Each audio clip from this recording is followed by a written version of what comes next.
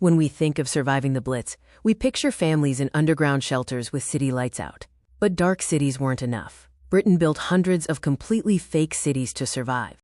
A massive chunk of German bombs ended up hitting empty fields full of cardboard and boiling oil, thanks to an incredible deception plan.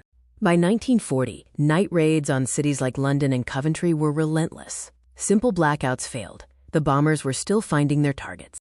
If regular defenses couldn't stop the planes from dropping bombs, the military decided they needed to give them something else to bomb. This massive deception was called Operation Starfish, masterminded by engineer Colonel John Turner. Turner's plan was simple. If they couldn't stop the bombs, they would divert them by creating convincing decoy targets.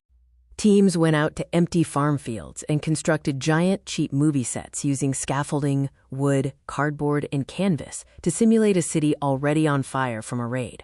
The execution of Operation Starfish was incredibly dangerous for the men involved.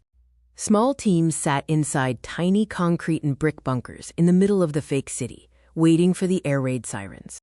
When the first wave of German bombers hit the real city, the men in the bunkers would flip electrical switches to ignite their traps. Huge metal trays of boiling oil and coal would violently explode into 15-foot flames, convincingly making it look like a factory had taken a direct hit. Lights on ropes and pulleys were rigged up to look like trains moving or car headlights driving down fake roads in a panic, completing the illusion. The second wave of German planes, under strict orders to bomb where they saw fires, would see the massive glowing decoys and assume the first wave had hit the target. The pilots would unload their entire payload onto these fake cardboard cities, while the brave teams in the bunkers sat trying to attract the bombs to themselves.